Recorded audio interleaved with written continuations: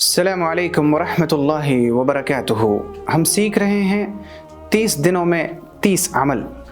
ہر دن ایک عمل، ایک ایسا عمل جس سے ہم رمضان کو وصول کر سکیں، ایک ایسا عمل کہ جسے ہم اپنی زندگی میں لا سکیں، معمول میں شامل کر سکیں۔ آج ہم سیکھیں گے کہ رمضان میں جو اتنے سارے دن ہمارے گزر گئے، ہم نے جو روزے رکھے، ان روزوں کا ہم تجزیہ کیسے کریں، ان کا جائزہ کیسے لیں، انہیں کیسے جانچیں، انہیں کیسے پرکھیں۔ دیکھیں، روزے جو اللہ تعالیٰ نے حکم دیے ہیں تو بنیادی طور پہ 3 چیزوں سے روکنا ضروری ہے نا، کھانے سے، پینے سے اور بیوی سے ملاقات کرنے سے، یعنی جمع کرنے سے۔ ان 3 چیزوں سے انسان کا روزہ ٹوٹ جاتا ہے۔ ان چیزوں سے تو ہم رکتے ہی ہیں، ہر اس چیز سے رکتے ہیں جس سے روزہ ٹوٹ جائے تو ہم پرہیز کرتے ہیں کہیں ہمارا روزہ نہ ٹوٹ جائے، بہت اچھی بات ہے۔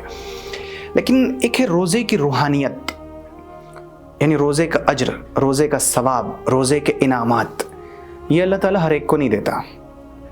حدیث میں پیغمبر صلی اللہ علیہ وسلم نے فرمایا کہ جس آدمی نے روزہ رکھا اور روزہ رکھنے کے بعد وَلَمْ يَدَعْ قَوْلَ الزُّورِ وَالْعَمَلَ بِهِ، روزہ رکھا جھوٹ بھی بولا، روزہ رکھا دھوکہ بھی دیا، روزہ رکھا اس نے حرام بھی کھایا، روزہ رکھا غیبت کیا، روزہ رکھا بدنظری کی، روزہ رکھا گالی دیا، روزہ رکھا گالی سنا، روزہ رکھا غیبت کیا، روزہ رکھا دوسرے کو تکلیف پہنچائی، تو ایسے شخص کے روزے کی اللہ تعالیٰ کو ضرورت نہیں ہے۔ فَلَيْسَ لِلَّهِ حَاجَةٌ أَن يَدَعَ طَعَامَهُ وَشَرَابَهُ، اللہ تعالیٰ کو کوئی ضرورت نہیں کہ وہ اپنا کھانا پینا چھوڑ دے، اسے بھوک اور پیاس کے سوا کچھ حاصل ہی نہیں ہوا۔ اب ہمارا عمل کیا ہو آج کے دن کہ ہم اپنے روزوں کا جائزہ لیں کہ ہم نے جو روزہ رکھا، کہیں ایسا تو نہیں کہ ہم نے جھوٹ بولا، غیبت کی، چغلی کیا، بہتان لگایا، الزام لگایا، دھوکہ دیا، ہم نے ملاوٹ کی، ہم نے سود لیا، ہم نے رشوت لیا، ہم نے بدنظری کی، ہم نے موبائل کا غلط استعمال کیا، ہم نے اپنی نگاہوں کی حفاظت نہیں کی، کہیں ایسا تو نہیں؟ اگر ایسا ہے تو ابھی بھی دیر نہیں ہوئی ہے۔ دیر کیوں نہیں ہوئی ہے؟ کیونکہ ابھی رمضان کے کچھ ایام باقی، ہم توبہ کر سکتے ہیں، سچے دل سے توبہ کر لیں کہ اللہ میری توبہ ہے، اب میں ان کے قریب نہیں جاؤں گا اور اپنے میں روزے کو خالص کروں گا۔ روزے کی روحانیت یہ ہے کہ جب ہم روزے سے ہونا تو ہمارا صرف پیٹ کا روزہ نہ ہو بلکہ دل کا روزہ ہو، دل میں حسد نہ ہو، کینہ نہ ہو، دشمنی نہ ہو، نفرت نہ ہو، دوسروں کے لیے عداوت نہ ہو، دوسروں سے جلن نہ ہو۔ اسی طرح سے ہمارے کان کا روزہ ہو، غلط بات نہ سنیں، آنکھ کا روزہ ہو کہ غلط چیز نہ دیکھیں، غیر محرم عورتوں پہ نگاہ نہ پڑے، اگر ہم عورت ہیں تو غیر محرم مردوں کو نہ دیکھیں، ہم موبائل میں غلط چیزوں کو نہ دیکھیں، زبان کا روزہ ہو، غلط بات نہ بولیں، جھوٹ نہ بولیں، غیبت نہ کریں، چغلی نہ کریں، یہ زبان کا روزہ ہے۔